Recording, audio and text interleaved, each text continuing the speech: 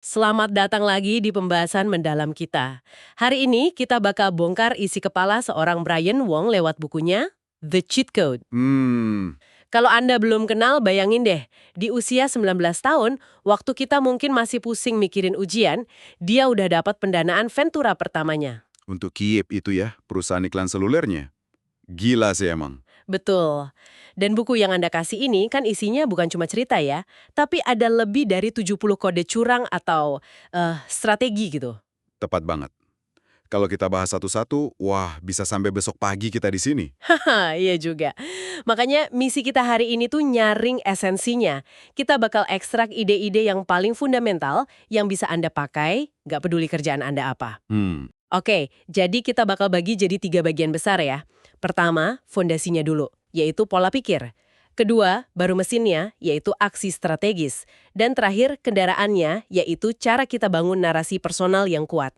Oke, fondasi, mesin, kendaraan. Masuk akal. Oke, kita mulai dari fondasi, pola pikir. Poin utamanya, Wong, yang diulang-ulang terus kayak mantra itu, singkirkan rasa takut. Buat dia, takut itu cuma penghalang buatan yang kita ciptain sendiri. Dia punya cheat code spesifik buat ini. Cheat 1, sadari kalau Anda itu nggak bisa ngerasa bersyukur dan takut di waktu yang bersamaan. Ini kedengarannya simple ya. Tapi secara psikologis ini dalam banget loh. Gimana tuh? Ini bukan sekedar, oh ayo berpikir positif. Bukan. Ini teknik reframing kognitif. Jadi gini, waktu kita mau ambil risiko, otak kita kan otomatis ngitung, wah ruginya apa nih kalau gagal? Iya, benar. Nah, rasa syukur itu maksa kita ganti pertanyaan, bukan ruginya apa, tapi lihat deh, apa aja yang udah gue punya buat berhasil. Jadi fokusnya pindah dari potensi kehilangan ke sumber daya yang ada. Sirkuit panik di otak tuh kayak langsung mati gitu. Wah, benar juga. Dan rasa syukur itu yang jadi bahan bakar buat cheat code berikutnya, yang lebih radikal ya. Cheat 2, get in over your head. Nyeburin diri ke situasi sulit itu ya. Betul. Dia cerita pengalamannya sendiri kan, lompat 4 kelas, masuk universitas umur 14 tahun. Dia selalu jadi yang paling muda, paling nggak pengalaman. Anggota klub pura-pura bisa sampai benar-benar bisa katanya. Haha, persis. Kayaknya kita semua pernah deh jadi anggota kehormatan di klub itu. Saya jadi ingat kerjaan pertama saya dulu di firma konsultan. Oh ya? Saya dilempar gitu aja buat analisis industri yang saya benar-benar nol besar. 6 bulan pertama tuh rasanya kayak tenggelam tiap hari. Wah, Tapi justru karena dipaksa, saya jadi belajar 3 kali lebih cepat dari teman-teman saya yang ditaruh di zona nyaman mereka. Rasa nggak nyaman itu, kayak kata Wong, itu sinyal otot mental kita lagi berkembang. Bukan sinyal kita bakal gagal. tepat. Dia bilang kalau Anda bisa ngerjain semua tugas dengan gampang, itu justru bahaya. Artinya Anda nggak berkembang. Perasaan ini, gue ngapain sih di sini? Itu justru tanda kemajuan. Tapi kan perasaan itu bisa bikin takut ya. Nah, makanya dia kasih alat praktisnya di Cheat 13. Ask yourself, what's the worst thing that can happen? Nah, ini juga bukan pertanyaan biasa.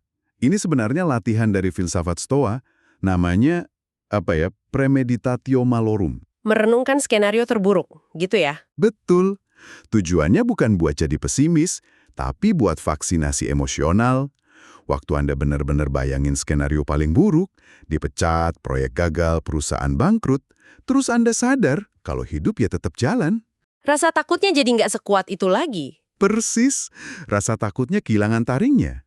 Anda sadar kiamat yang ada di kepala kita tuh seringnya jauh lebih parah dari kenyataan.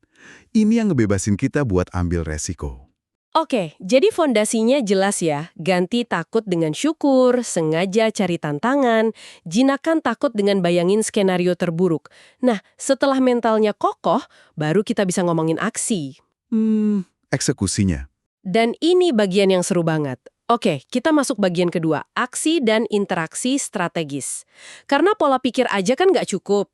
Salah satu cheat favorit saya itu cheat 7, don't ask, announce.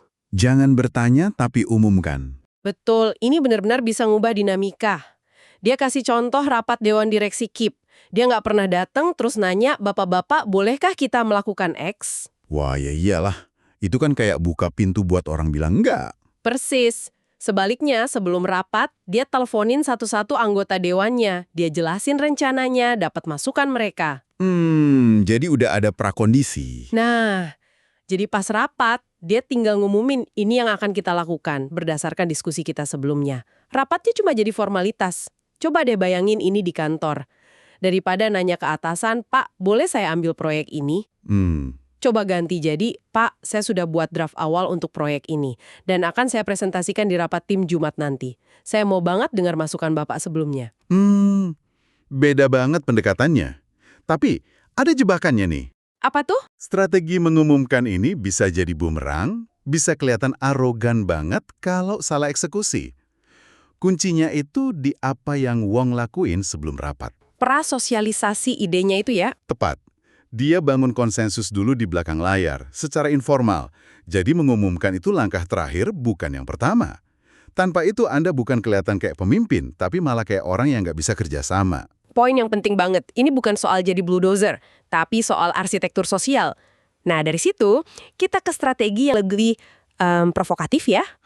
Yang mana nih? Cheat 5. Piss people off. Buat orang kesal. Oke. Ini bukan berarti kita harus jadi orang nyebelin ya. Maksudnya kalau Anda nggak pernah bikin siapapun kesal, mungkin Anda nggak punya pendirian yang cukup kuat. Atau produk Anda terlalu biasa-biasa aja. Tepat. Dia pakai contoh kasus Antenna-Gate iPhone 4. Ingat kan? Oh, yang sinyalnya bisa hilang kalau salah pegang itu? Iya, itu kan kesalahan fatal. Perusahaan lain bisa hancur karena itu. Tapi Apple selamat. Orang tetap ngantri buat produk berikutnya. Kenapa coba? Karena selama bertahun-tahun, Steve Jobs dan Apple udah nabung. Nabung? Nabung di rekening bank emosional para penggunanya. Saya suka banget istilah itu. Loyalitas merek itu bukan soal kesempurnaan, tapi soal koneksi emosi.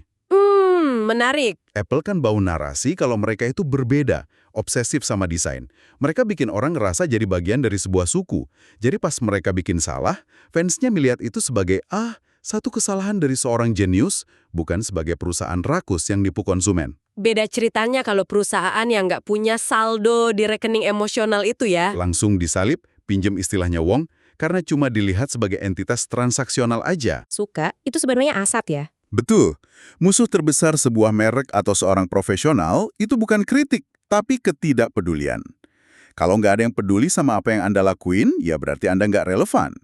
Membuat orang kesal itu cuma cara provokatif Wong buat bilang punya sudut pandang yang jelas dan berani bela. Oke, jadi setelah punya pola pikir tanpa takut, terus bertindak dengan berani, gimana semua ini ngebentuk cara dunia ngelihat kita? Nah, ini kita masuk ke bagian terakhir dan paling penting. Membangun merek dan narasi diri. Tepat, disinilah semuanya nyatu. Oke, bagian ketiga. Kendaraan Anda, yaitu narasi personal. Wong punya cheat code yang kuat banget di sini. Cheat 14. Don't pitch your business, pitch yourself. Jangan jual bisnisnya, jual diri Anda. Betul, kita sering denger ini, tapi kadang nggak benar-benar paham maksudnya.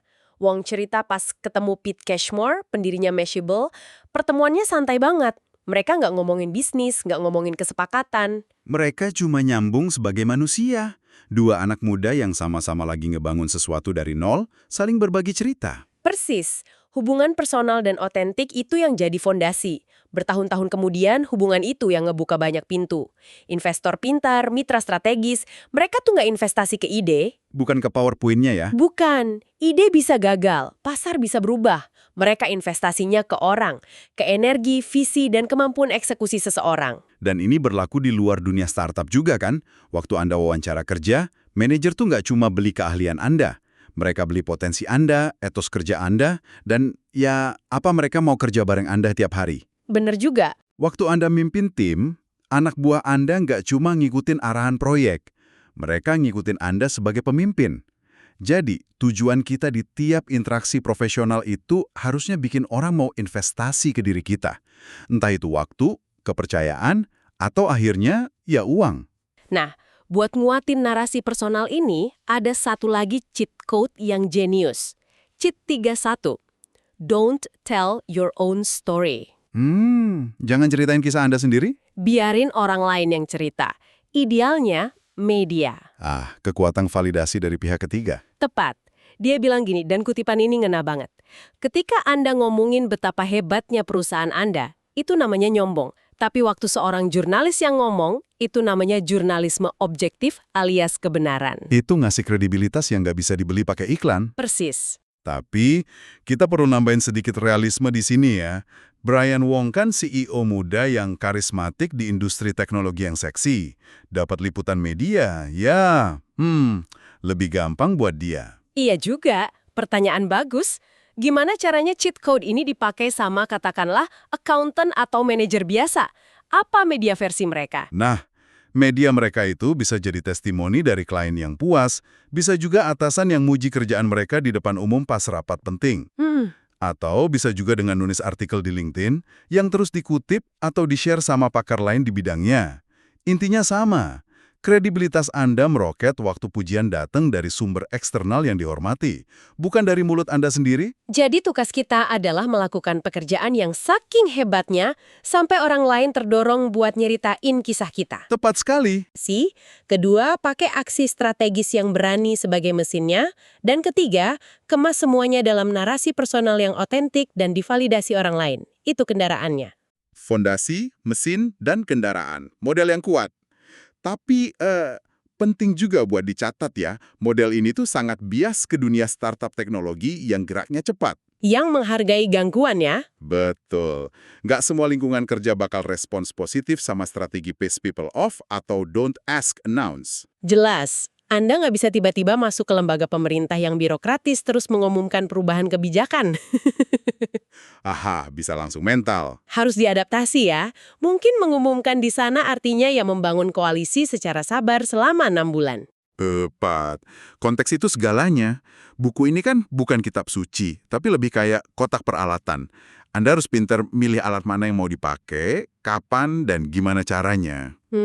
Intinya bukan niru Brian Wong plek ketiplek, tapi paham prinsip di baliknya.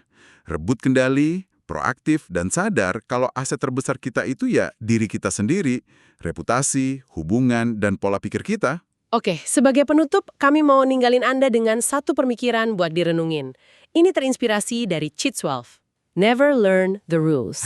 Jangan pernah pelajari aturannya. Iya, Wong bilang kalau kadang-kadang ketidaktahuan soal aturan itu justru bikin kita lebih inovatif.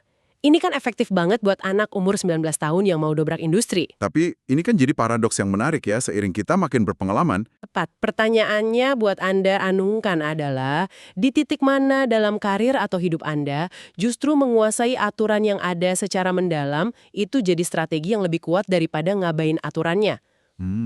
Kapan pemahaman yang intim soal cara kerja sebuah sistem itu justru jadi kode curang yang paling hebat dari semuanya.